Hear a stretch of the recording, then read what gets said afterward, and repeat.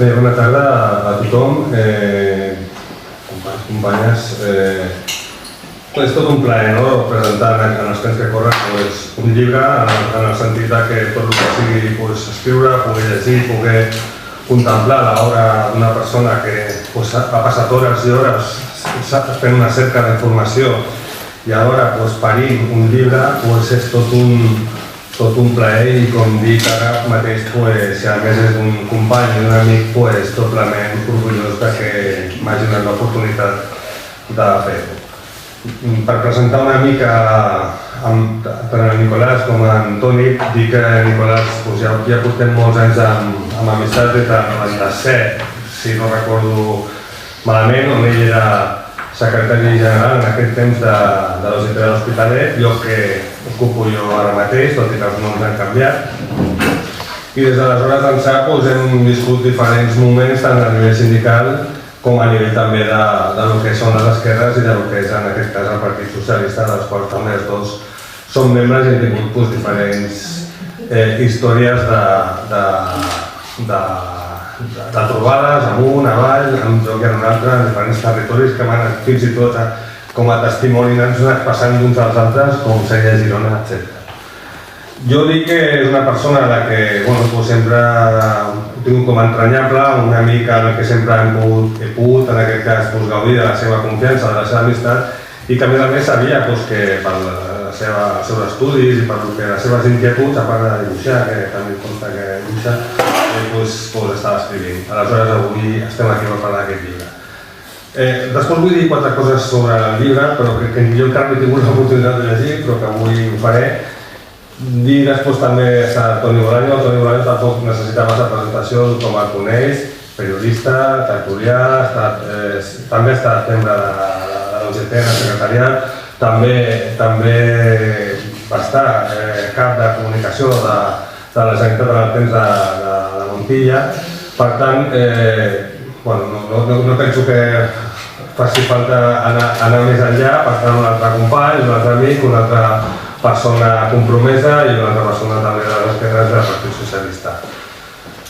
Jo què puc dir del llibre que no he llegit? Poca cosa. Simplement dir que simplement amb el nom del Tercer Reich i la religió de la sangre entenc que el Tercer Reich, que d'alguna manera vol dir el tercer imperi o el gran imperi que deien els nazis, i quan diu la religió de la sangre, que ha subtitulat el Nicolàs, suposo que repareix que va ser l'imperi més cruent, el més sanguinari, el més abusiu amb les persones en concret i amb algunes ètnies en concret. Ell us explicarà el que vulgui del tema. Jo simplement dic que en aquella època, és 1933-1945, quan és tota l'època del nazisme, del Partit Nacional Socialista, on el líder, el Führer, que vol dir al final líder, agafa el poder, d'alguna manera són temps heretats amb una olla de crisi a Europa, amb una primera guerra mundial acabada, amb una segona guerra mundial allà enmig, amb tota una influència que suposo que sortirà aquí, ja que parla de molta simbologia, jo no vull descobrir res, però amb la seva relació amb tot el que s'ha dit a posteriori i anàlisis que van haver quant a la música de Wagner o quant al pensament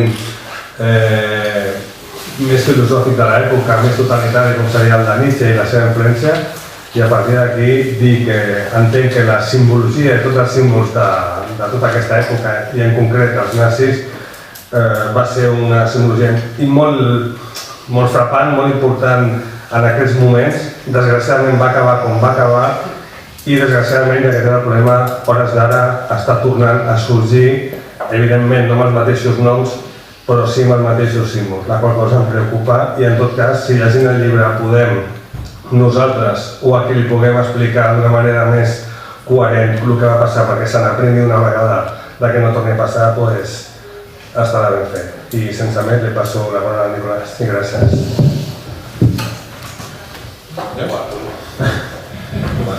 Yo no os explicaré mucho de cómo conocí a Nicolás, solo os diré que eran las 3 de la mañana y en un sitio poco recomendable. En todo caso, le preguntáis al Caire, que también andaba por allí y ya podréis enteraros. Os aviso que seré políticamente incorrecto. y si a alguno le ofendo, de entrada que me disculpe. 60 minutos. 60 minutos eran lo que tardaban en morir los 800.000 judíos que pasaron por el campo de Treblinka. Llegaban pensando que era una estación de paso, que paraban para lavarse, para descansar un poco antes de que los llevaran hacia el este, antes de que los deportaran hacia el este. Era todo falso. Llegaban a una estación, a las puertas del campo, los desnudaban, entraban en las duchas que tenían la preceptiva estrella de David en las losas de cerámica de las paredes, porque estaban decoradas como un miqué, que era el baño ritual judío. Estaban encantados, podían lavarse después de estar varios días en el tren. La lástima es que la realidad era indiferente. Eran asesinados en masa, 800.000, y engañados hasta el último momento. En el año 43, los nazis ocultaron el campo, derribaron los muros, rellenaron con tierra, y el paisaje de Treblinka se convirtió en una zona rural, a 1 hora y media de Varsovia. Durante todo este tiempo, los negacionistas decían que Treblinka era un mito que no había existido nunca, que era falso, aunque algunos supervivientes se empecinaban en señalar el lugar y lo hacían con bastante Pasa que la imagen de esa zona era campos de labranza, una zona agrícola, casi, digamos, un poco idílica. Hoy, unos cuantos años después, un grupo de investigadores ha encontrado Treblinka. Han encontrado las cámaras de gas, han encontrado las fosas comunes, han desenterrado, como titula Nicolás, los restos del Tercer Reich, la religión de la sangre.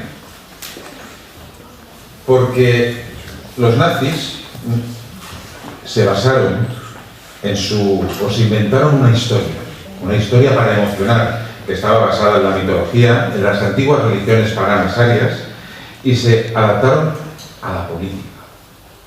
Se adaptaron a la política, convirtiendo el pensamiento único. Y voy a poner el teléfono en silencio, si no todavía empezará a hacer el ruido que no debe hacer dentro de un rato. Disculpad, las cosas ya pasan. Entonces, el partido nazi crece gracias a las vejaciones que recibieron los alemanes después de la Primera Guerra Mundial. El Tratado de Versalles machacó al pueblo alemán y era un caldo de cultivo fantástico para una ideología, digamos, que buscara una cierta venganza. Nace y crece gracias a una crisis económica durísima en los años, acordaros del crack del 29, que dejó a muchos alemanes en el paro y al país. Y nace gracias al ensalzamiento de la tribu, a la necesidad de sentirse superiores, a la necesidad de ser más felices, a la necesidad de que lleguen tiempos mejores. Era una típica historia de buenos y malos, y siempre se encontraba un enemigo exterior, que era el que había que eliminar. Entonces, el imperio nazi, el partido nazi, impone su pensamiento único, su religión, su culto a la personalidad, al líder, y en política su pensamiento único. Su acción, la represión a todo aquel que osara poner palos a las ruedas a un proyecto que no aceptaba ninguna crítica. Goebbels pone en marcha su maquinaria de propaganda, repitiendo tantas veces una mentira para convertirla en realidad. Insisto, repetir muchas veces una mentira para convertirla en realidad. O repitiendo tantas veces una acusación que el acusado llega en un momento determinado a creer que es culpable. Mirad, los pensamientos únicos aborregan a los ciudadanos. Su coacción hace que los discrepantes sean una mayoría silenciosa que se acomoda en la supuesta mayoría social para no ser señalado. Eso es la postura cómoda. Destruye el pensamiento crítico. Y el que osa decir lo contrario es acusado de desleal, de antipatriota, de no querer a su país. Y ahora se ha puesto muy de moda aquí en nuestro país que cuando estás en contra del pensamiento único eres un fascista, un antidemócrata. Y claro, a veces me giro para atrás a ver quién es el fascista que está detrás mío cuando me lo dicen, ¿no? Y veo que está a la pared, por lo cual intuyo que soy yo. Yo estos días estoy escuchando muchas veces que si no estás de acuerdo con la independencia, con el proceso, es que no quieres a Cataluña. Es que nos han explicado que ahora hay una forma para querer a Cataluña. Yo creo que hay más de una. que si no estás de acuerdo con la independencia, eres un antidemócrata. Si cuestionas la legitimidad del derecho a decidir, bueno, ya no os cuento. Si quieres respetar la ley, decir, oiga, la ley se cambia siempre por un juego de mayorías y minorías, es que eres un fascista. O la última frase que se está acuñando, un colaboracionista de un Estado represor. Yo estoy esperando que el CNI me pague en algún momento algo, ¿no? Ya que soy colaboracionista, pues a ver cómo se cobra esto. O si eres un federalista, eres simplemente un iluso que está sumiso a España. Y si apuestas por defender el castellano como riqueza del país, estás atacando al catalán, cuando el catalán en estos momentos tiene el 75% de lengua vehicular en las escuelas. Que me expliquen a mí, es que no lo entiendo, debo ser un poco ciruelo, que el 25% sea un ataque. Yo creo que los nacionalismos son bipolares, porque siempre juegan al juego de buenos y malos. Los buenos son los unos y los malos son los otros. O sea, que no sé dónde estaréis vosotros, si los unos son los otros. Normalmente los otros son los malos, pero muy malos, son los adversarios que hay que batir. Y el enemigo a batir o el adversario a batir siempre cambia en función de la situación, en función del interés. Fijaros que el nazismo fijó primero su enemigo en el viejo régimen para aniquilar todas las estructuras democráticas y a los partidos de izquierda. Un viejo régimen que había fracasado. Entonces, centró todas sus críticas en él para luego cambiar. Y el enemigo eran los judíos, que eran los culpables de todo, eran los que robaban el dinero a los alemanes. Más tarde fijó sus adversarios en los países que sojuzgaban a las minorías alemanas, como Checoslovaquia, Austria, Polonia, casualmente los primeros que fueron invadidos. Y más tarde, pues ya puestos en plena orgía, pues consideró que el mundo era suyo, que les pertenecía y que era la tribu más importante, era la de ellos, que era la de la raza pura y eran los mejores. Con lo cual, a partir de ahí, ¿cuál era la oposición? Su estrategia se basaba en 3 elementos, como escribe Nicolás, que yo sí que me he leído el libro, que conste en acta. Yo sí que me he leído el libro. Su estrategia se basaba en el signo, en el símbolo y en la identidad. La idea de tribu, de identidad, se acompaña con el símbolo. Hoy el símbolo es la estelada, si no tienes una estelada en el balcón no eres nada. Y el signo no es otro que la acción política, que es el derecho a decidir, y a partir de ahí se explica toda una tesis política. La propia independencia se convierte en un paraíso ideal donde llegaremos y seremos todos muy felices, tendremos dinero a las puertas, no habrá paro, viviremos más, no habrá accidentes en la carretera. Yo siempre a veces digo, sí, me haremos colonia, ¿no? Porque ya puestos, o sea, no entiendo por qué no nos hemos puesto todos del mismo bando, ¿no? Y el mundo entero se rendirá a nuestros pies. Yo, cuando dicen estas cosas, me quedo muy sorprendido, porque puede ser independentista, pero a mí lo que más me duele es que cuando les dices, oye, que Europa nos va a dejar fuera, que puede haber un problema con el Banco Central, pues minimizan el problema. No. Es un problema, es un elemento a discutir, pues pongamos argumentos encima de la mesa, si a lo mejor hasta tienen razón. Pero es que, claro, yo recuerdo cuando Francesc Pujols, que era un filósofo catalán, dijo con ironía que los catalanes, cuando íbamos por el mundo, lo teníamos todo pagado, pues es que algunos que se lo han creído.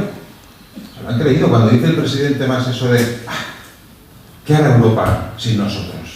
Oiga, pues mire, pues le da igual a Europa lo que hagan ustedes. O sea, Cataluña no es el ombligo del mundo.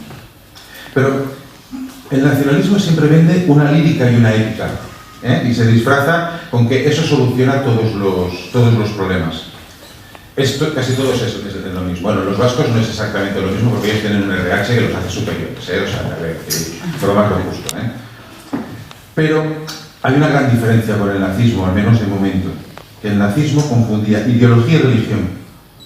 De momento los nacionalismos europeos no confunden estos términos, que fue lo que llevó al nazismo a ser esto, una religión de la muerte. De momento los nacionalismos europeos no están en este tema. Dejadme hacer una reflexión, ya no voy a entreteneros mucho más, porque llevamos unos años con una enconada discusión política. Que la discusión política siempre es positiva, porque siempre te puede aportar cosas. Pero yo creo que estamos en un momento de discusión política con una sociedad fracturada. Ahora, en según donde estés, según qué temas, no te atreves a decir en un bar. No te atreves. Dices, mira, mejor de este tema me callo. Si dices lo que piensas, te linchan en las redes sociales. Y ahora los que tengáis Twitter, entráis en Twitter, ponéis Tony Bolaño, joder, que os lo pasaréis como los indios. Claro, es que esto es lo que tiene muchas veces el pensamiento único, que para conseguir hacer callar a los contrarios, coacciona. Y ahora la coacción es a través de las redes sociales.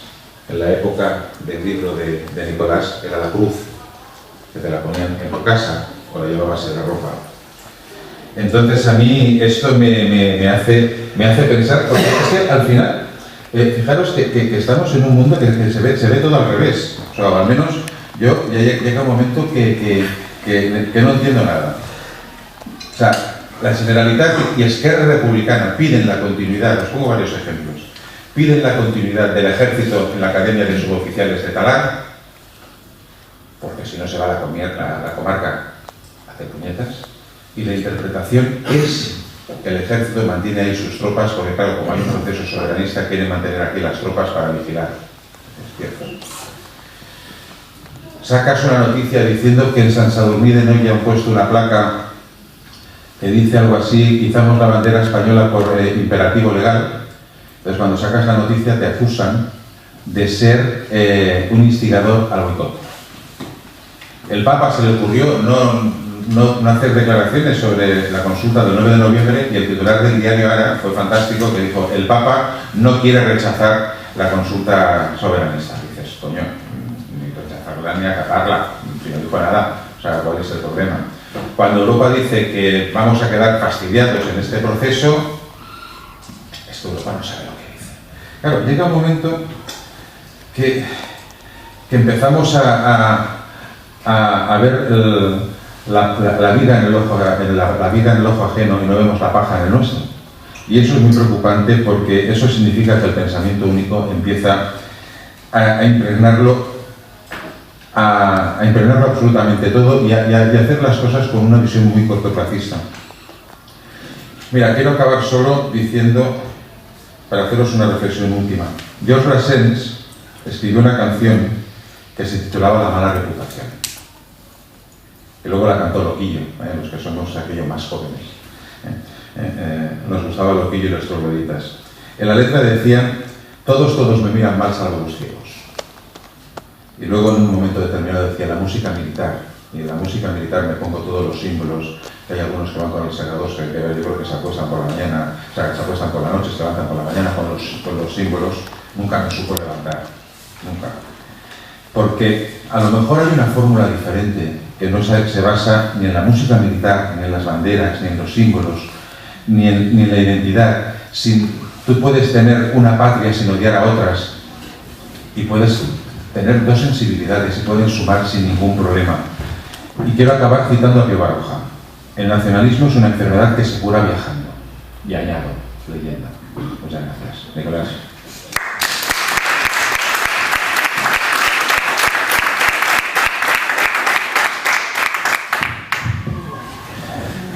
Buenas tardes. Bueno, yo la verdad es que esta semana, el lunes fue mi cumpleaños, y estaba aquello de celebración con la familia y era una gran satisfacción.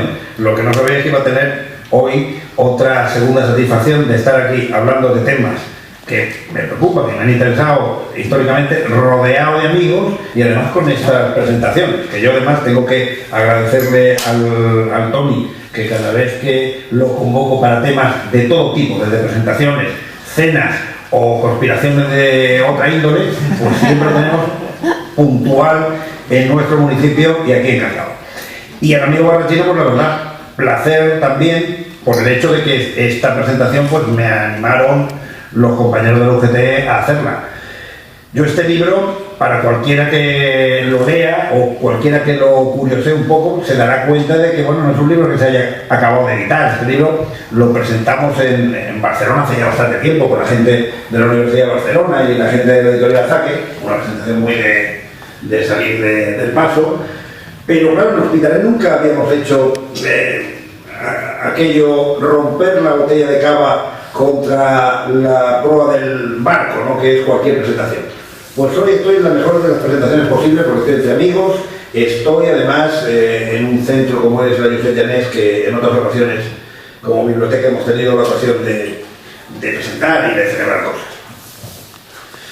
Este libro, al hablar de la presentación, le pusimos un título, dijimos que íbamos a hablar de una conferencia, pero yo lo que vengo, como decía un gran, es hablaros de mi libro. ¿Y mi libro cómo se gesta y qué quiere decir? Y lo quería decir hace algunos años, antes de que otras fiebres nacionaleras aparecieran por nuestros territorios. Lo que quería decir es que la política, la sociedad, la realidad, cuando el principio de la racionalidad de la política se rompe, pues la verdad es que no nos podemos esperar nada con esto. Cuando la política, el ejercicio económico y social, deja de tener presente la realidad de la gente y empieza a hablar de simbolismos, de mesianismos, de utopías extrañas, algo empieza a fracturarse.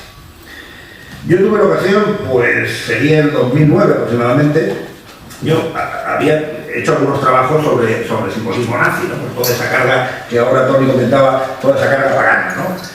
Y claro, tuve la suerte de estar con la familia en Estados Unidos después de la macrocampaña que montó el Barack Obama en el 2008-2007, creo recordar. Estuve en el 2009. Y todavía estaba el eco de lo que había sido esa campaña, ¿no? Una campaña con símbolos muy fuertes, la primera presencia de un candidato, al final presidente afroamericano, la imagen de Martin Luther King, y veías todo ese simbolismo, todo ese empuje de la política, de los principios más, podríamos decir, más escenográficos, la veías ahí, también de un montón de principios políticos e ideológicos detrás. Hace pocos días acaba de fallecer Adolfo Suárez, que ha sido todo un símbolo en lo que fue la transición. Claro, hablas de símbolos, hablas de personas, hablas de liderazgos, y cuando quieres rascar en la historia europea, pues chocas indudablemente con el nazismo. Y claro, el caudal de simbología que tiene el nazismo, que nos entronca con lo peor de la naturaleza europea. Ahora tenía la suerte de uno de los periodistas de L'Hospitalet, que ya conocemos hace bastante tiempo, me preguntaba una pregunta muy evidente y muy habitual, pero no por ello menos oportuna.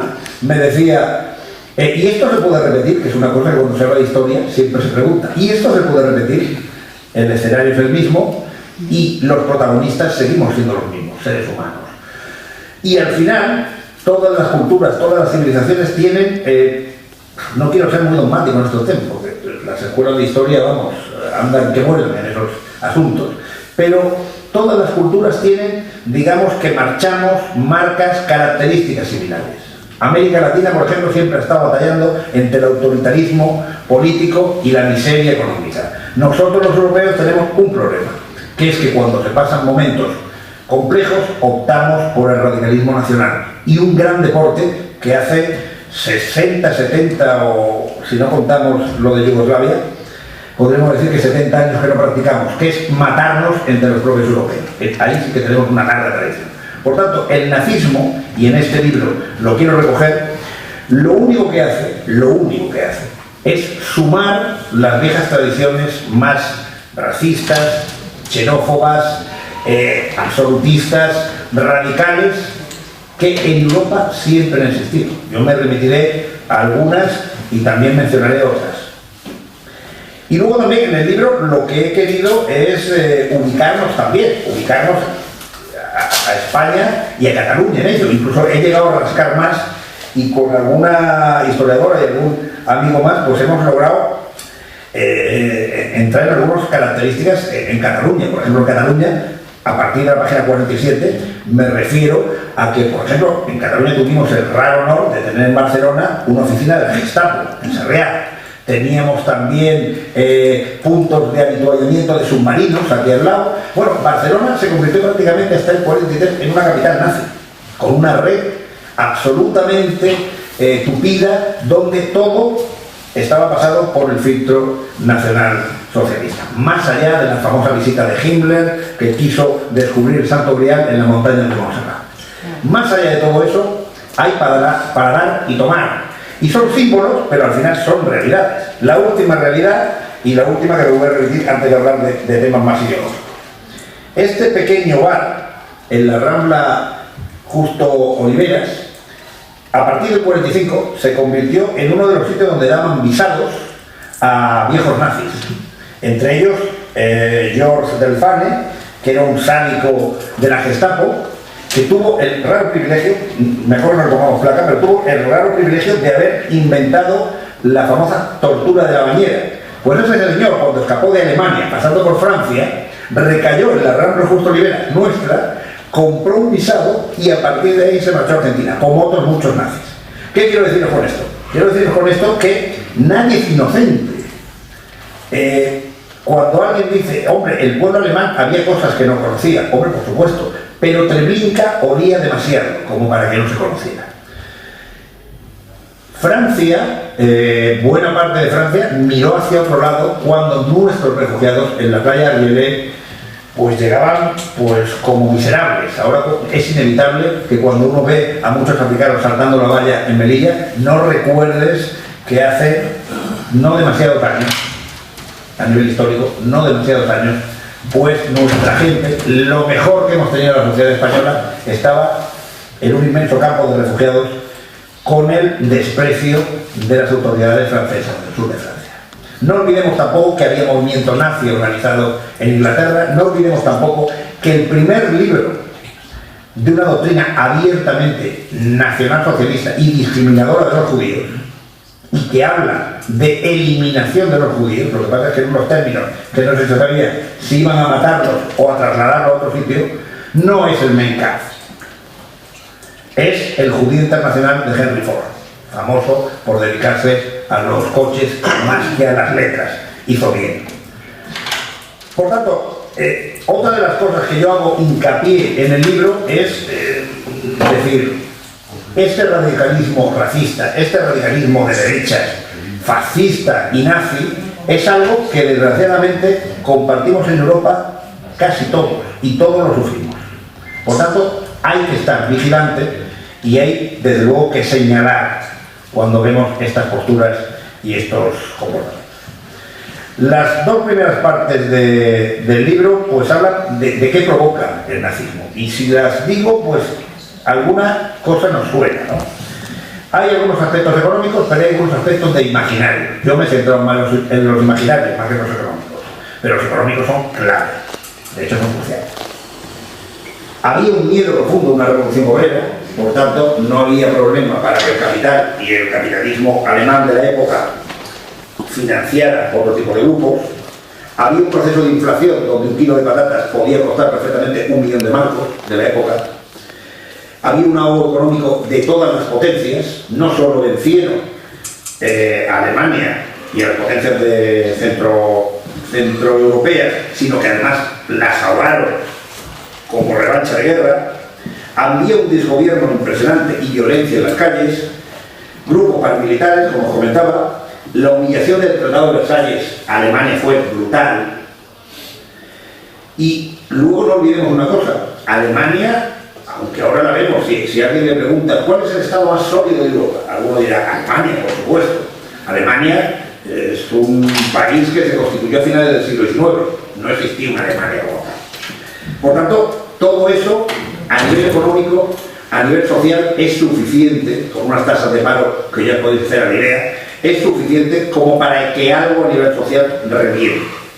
¿Qué es lo que revienta y con qué imaginario?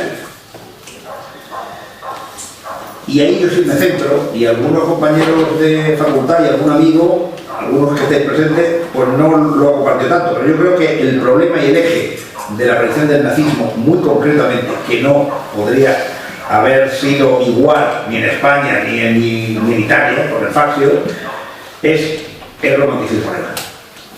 Decía un filósofo checo, Zizek, que detrás de todo genocidio siempre hay un poeta.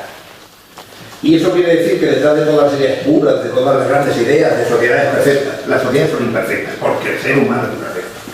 detrás de todas las sociedades perfectas siempre hay alguien que se quiere cargar o que quiere eliminar a alguien. Por tanto, esa idealización que provoca el romanticismo alemán, ¿a dónde nos lleva? Nos lleva a un modelo de historia ficticia, un medievo que para los alemanes fue maravilloso y donde ellos lucían, como tú bien comentabas, como una raza perfecta. Razas perfectas que no existieron, ni existirán jamás. Lo más parecido a una raza perfecta es esto que llamamos raza humana. Luego, un tridente que es, no se me ocurre otro término más que jodidamente peligroso: lengua, pueblo, historia. Ese tridente es letal. Cuando se hablan de culturas, hay muchas veces la religión y la gastronomía nos une más, porque ves los orígenes históricos de cada pueblo, que otros. Pero, sin embargo, desde el romanticismo alemán hay una obsesión porque hay un pueblo, el famoso Volk, que llaman los alemanes, hay una historia común, que no puede ser una, otra, o diferente, o con otras características, sino una única historia común, y luego hay una lengua gloriosa que tiene que ser, además, uniforme. No puede haber otras maneras de pronunciarla y otras formas, sino que tiene que ser absolutamente uniforme. Lengua, pueblo, historia. Y donde además hay otro problema adicional, que en Alemania se da. Yo siempre he tenido claro que ese romanticismo alemán fue el iniciador de todo este cáncer que llamamos nazismo. Sobre todo Johann Gottfried Herder. Nietzsche era un pensador que al pobre le han atribuido tantas cosas, pero Herder y el romanticismo yo creo que está en el eje. Y hay un elemento que también es novedoso, que por ejemplo en Italia, en el fascismo, no ocurrió del todo. Sí que había intelectuales que apoyaban las ideas estas populistas, pero que en Alemania fue diferente. Salvo muy pocos intelectuales, el cuerpo de pensamiento alemán, con Heidegger, un gran filósofo a la cabeza, apoyó el movimiento nazi desde el principio. Por tanto, combinas élites intelectuales y combinas también esas élites intelectuales con una necesidad populista de creerse determinados mensajes. Y luego, como no, se renuncia a modelos religiosos como podía ser el cristianismo y se recurre al modelo pagano. Con el modelo pagano todo es posible y todo te puedes creer, porque te remontas a terrenos donde la verdad es que desde la arqueología se sabe poquito. Y luego hay otro elemento, aquí tenemos la génesis, hay otro elemento que después, pues que es de un cinismo brutal. Y yo leeré simplemente un pequeño párrafo que señala. Un tipo que murió de mayor en su cama, considerado como un gran arquitecto, como fue Albert Speer, una de las mentes pensantes del nazismo. Albert Speer, ¿qué dice de los juicios de Nuremberg? Dice: con el empleo de medios, cuando le preguntan, oiga, ¿y el nazismo por qué ocurrió? ¿Ustedes cómo participaron? ¿Qué pasó? Dice, con todo desfachatez, con el empleo de medios técnicos tales como la radio y los altavoces, 80 millones de seres fueron privados de su independencia mental. Así fue posible someterlo a la voluntad de un solo hombre, que era Hitler. Al final, Hitler era culpable hasta de la subida del precio del pan, sin tener en cuenta que todas las élites del momento y que buena parte de intelectuales y que un montón de dirigentes constituyeron, creyeron y formalizaron el fenómeno del nazismo. El nazismo fue un fenómeno colectivo, del que no solo fueron culpables los alemanes, unos alemanes, sino que también contribuyeron grupos fascistas en toda Europa central, desde Rumanía, pasando por Chequia y algunos lugares. Donde nosotros, como españoles, tuvimos, yo lo denomino en el libro el falangismo zarzuelero, ¿no? Pretendía ser una especie de imitación del nazismo con más voluntad que estilo, ¿no? Pero bueno, donde nosotros también contribuimos a creernos determinados mensajes del nazismo. Y donde, en el fondo, el inventor de todo este populismo básico sí que no fueron los nazis, que en este caso fue Mussolini y fue el fascismo. Insisto, este fenómeno histórico, por sus símbolos, por sus características, fue un fenómeno masivo, que ocurrió hace 2 días en Europa. Y por tanto yo creo que el libro sobre todo lo que quiere es recordar que esa religiosidad muchas veces mezclada con la política es letal. Y que la barbarie al final está a la vuelta de la esquina. El día 6 de abril, hace 2 días, de hace 20 años, en Ruanda hubo un genocidio brutal. 800.000 personas asesinadas, no con elementos sutiles como las cámaras de gas, sino entre machetes e incendios. Nosotros, la división de Yugoslavia, no la vivimos como un hecho maravilloso, sino que fue una guerra bastante brutal. Cuando los medios económicos y sobre todo cuando alguna gente carga la ideología de odio, procesos como el proceso nazi están a la puerta de la esquina. Siempre en torno al nacionalismo, como un invento que alguna gente... Yo el otro día, y la verdad es que no quisiera entrar, pero inevitablemente uno alguna cosa tiene que decir, yo el otro día me indigné con unas cosas que leí en prensa, y diré, pues como pocos o como muchos, ¿no? Pero con la cosa más tonta, me veo los fascículos estos de la Pilarín Vallés de la historia de Cataluña, y hablaba sobre la Edad Media, final de la Edad Media, y ponía una frase donde decía, somos una nación en ese tiempo y hemos llegado hasta Oriente. Claro, al final uno no tiene más que pensar que eso lo leen también chavales. Y luego, no era mucho tampoco, leí en mi facultad un cartel, una exposición sobre arqueología y en concreto, no, arqueología no, directamente sobre el Paleolítico, y hablaba, y el título de la exposición era Neandertals catalans. Claro, al final dices, vamos a ver, ¿qué nos está pasando? El nacionalismo surge a partir, y lo queremos ubicar a partir de la Revolución Francesa, en torno a una clase social que empieza a surgir, que es la burguesía. 225, 230 años. Las naciones, como las conocemos ahora, no existían. Por tanto, todo lo que... Y eso lo dicen, y no lo digo yo, modestamente, lo dicen otros historiadores. A mí también me gustaría que con los historiadores pasara como con el carné por puntos, que de vez en cuando se volviera a pasar algún tipo de reválida para ver quién aprueba o quién no. Porque un día unos te llaman colono y otro día otro niegan los principios básicos de la historia. Claro, eso lo ponen los libros y lo dicen los especialistas. Las naciones y el nacionalismo han creado cosas, han creado estados fuertes, han generado progreso industrial, pero también han generado muchas guerras. Y las naciones, antes de la Revolución Francesa, como ahora se le entiende, no existían. Y a mí, esos planteamientos que están en el libro, pues me hace llegar a algunas conclusiones muy rápidas. Y eso tiene que ver con un cierto tufillo, un cierto olor que hay a poca credibilidad en la política, en todo el mundo occidental, ¿no? Primera idea troncal que me plantea. Cualquier sistema que elimina la ideología puede ser la que sea, pero que elimina la ideología para hablar de mitos, busca populismos irracionales, que ya sabemos cómo acaban. Cualquier sistema que intenta socavar las instituciones, tú puedes intentar cambiar las instituciones. A mí hay mucha gente ahora que está de moda, decir, bueno, acabemos con la monarquía, muy bien, pues tenemos que crear una república. Pero si al final planteas eliminar instituciones para no crear nada, pues eso te acerca a los populismos irracionales que ahora tenemos.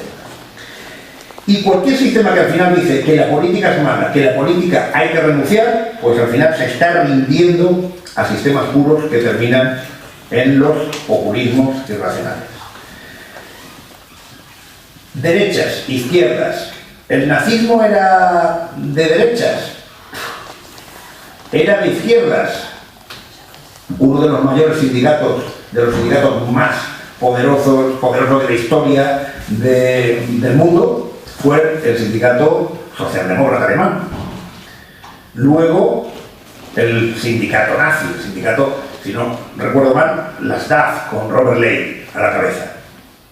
Cosa curiosa, de casi 1 millón de afiliados a el sindicalismo socialdemócrata alemán de la época, en 3 años, cuando se han depurado se han enviado a determinadas prisiones o se han asesinado directamente a los líderes, esos mismos afiliados, debe ser, que se afilian al sindicato nazi.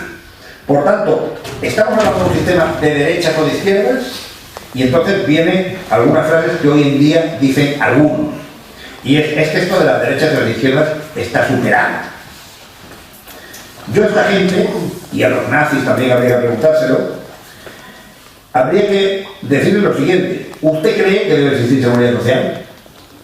Respóndanme, y así nos ubicamos todos. ¿Usted cree que la banca tiene que pagar más impuestos que pagan los ciudadanos normales, proporcionalmente? ¿Usted cree que hay que forzar más los impuestos a los artículos de lujo que al IVA? ¿Usted cree que hay que mantener la prestación por el paro? No hablemos de izquierda y derecha, pero hablemos al final de los temas sociales. Cuando se eliminan los parámetros ideológicos, volvemos o caemos de nuevo en planteamientos populistas. Yo he citado a algunos historiadores, y algunos historiadores que son especialmente duros, algunos de ellos alemanes. Gozali. El libro es impresionante, es solo el título. La utopía nazi. Cómo Hitler compró a los alemanes.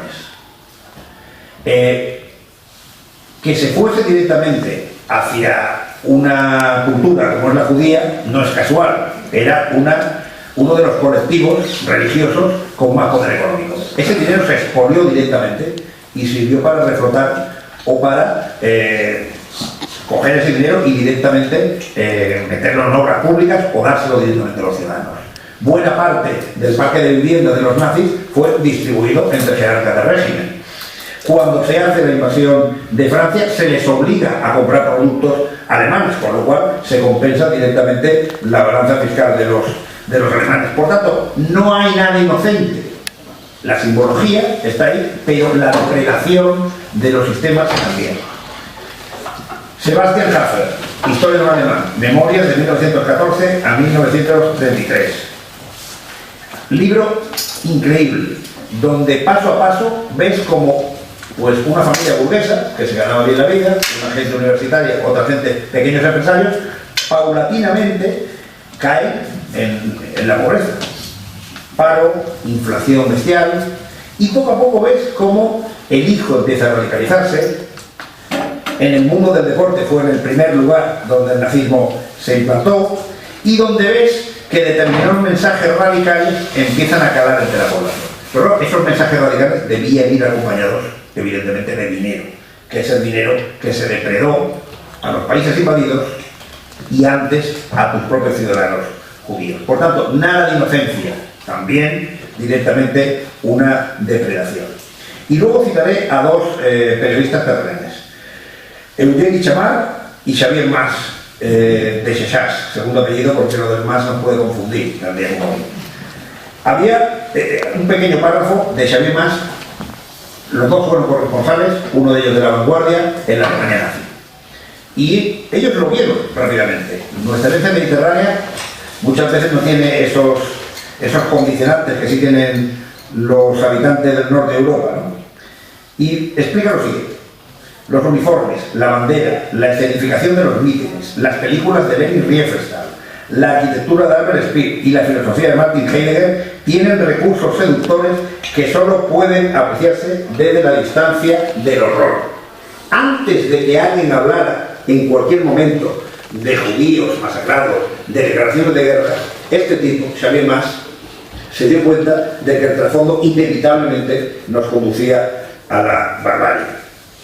Y luego hay otra parte que yo hablo porque inevitablemente me apetecía, y es entrar mucho en la tripa, a veces casi humorística, pero también porque pones en evidencia y pones en referencia la surdez de muchas veces del sistema.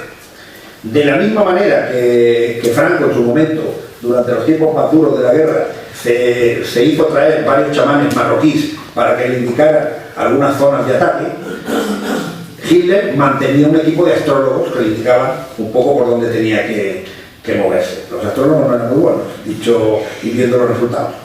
Pero estas partes del esoterismo alemán y de ese esoterismo que él manejó, pues yo lo describo en el libro. en un capítulo que se llama Vademecum inquietante. Desde la búsqueda del grial que se hizo hasta la empurrada. Vinieron a buscarlo como un arma mágica para vencer todas las adversidades. Desde la Santa Lanza, desde recoger una escritura que en teoría era una escritura antigua nórdica y que eran las runas y que la convirtieron en la escritura pura de los dioses. Desde el concepto este de los arios, que para ellos describieron, yo en los últimos capítulos hago una cronología, que todas las principales civilizaciones del mundo eran arias. Desde los griegos, como podéis suponer, esos que obviaron a los egipcios, a los chinos, obviaron unos cuantos. Pero construir una historia como un pijama que te lo vas a poner antes de entrar en los sueños. Y luego un tema que los alemanes llamaban y que manejaban sus medios de propaganda, que era la Wunderwaffe, que era el arma mágica. El arma con la que conseguirían realmente cualquier cosa que pretendieran, que era una especie como el martillo de Thor. Claro, la Wunderwaffe, si no llegan a cargarse o bien a expulsar a algunos de los físicos alemanes de origen judío, podrían haber sido el primer país en poseer la bomba atómica. Tenían uranio enriquecido en Noruega, si no me equivoco, y uno de los premios Nobel, Marty Heisenberg, describo en el libro un episodio bastante como entre ridículo y de folletín. El uranio enriquecido parece ser que cuando se compacta se tiene una especie de tubos que son más o menos radioactivos. Este muchacho, cuando vio que el ejército norteamericano entraba, que era un muchacho en aquel tiempo, pues cogió directamente los tubos y se los llevó a Berlín como pudo. Mientras, en ese mismo momento, uno de los físicos más brillantes que ha tenido Alemania y el mundo, que era Max Planck, pues moría en el ostracismo en los bosques de Berlín. Y esto es curioso porque dices, un potencial como el de la nación alemana, que ha producido música, no sé si tú comentabas lo de Wagner, que ha producido música, que ha producido una de las mayores riquezas del continente, en menos de 10 años, pues todo eso se cayó para caer en una etapa de oscurantismo brutal. Y eso me lleva a una cierta conclusión, y es cierta rotatividad en la historia, ¿no? Desde periodos oscuros, desde periodos más irracionales, como puede ser el medievo, surgimos y el Renacimiento también fue un periodo un poco esotérico, surgimos hacia periodos más iluminados, de ilustración, de revolución científica, volvemos a caer de nuevo en periodos de cierto oscurantismo, como fue el romanticismo. Yo he definido en el libro, y mucha gente más ha definido, que el nacionalismo ha sido uno de los cánceres europeos. A veces ha hecho metástasis, pero siempre hemos logrado o han logrado pararla otras generaciones. No está demostrado que el nacionalismo sea emancipador o que lo haya sido. Yo creo que los europeos, a veces, como decía al principio, no somos tan racionales, perfectos y civilizados como queremos creernos a nosotros mismos. Y que por tanto, al final, inevitablemente caemos en los mismos defectos que atribuimos a otros. El libro, si os fijáis, más que buscar descripciones absolutamente cerradas de lo que ha supuesto este fenómeno que llamamos nazismo, hace una historia del siglo XIX europeo. Y de cierta manera se pregunta por qué creemos en determinadas cosas que pueden ser absolutamente irracionales, pero que nos ayudan a creer en soluciones mágicas. Yo creo que una primera parte hay que leerlo para ser conscientes de esa carga y de esas causas que provocan estos fenómenos, y otra parte hay que leerlo un poco como sombra o como divertimento de las absurdeces que somos capaces de creer ideológicamente para intentar justificar cosas que desde la lógica no se entienden.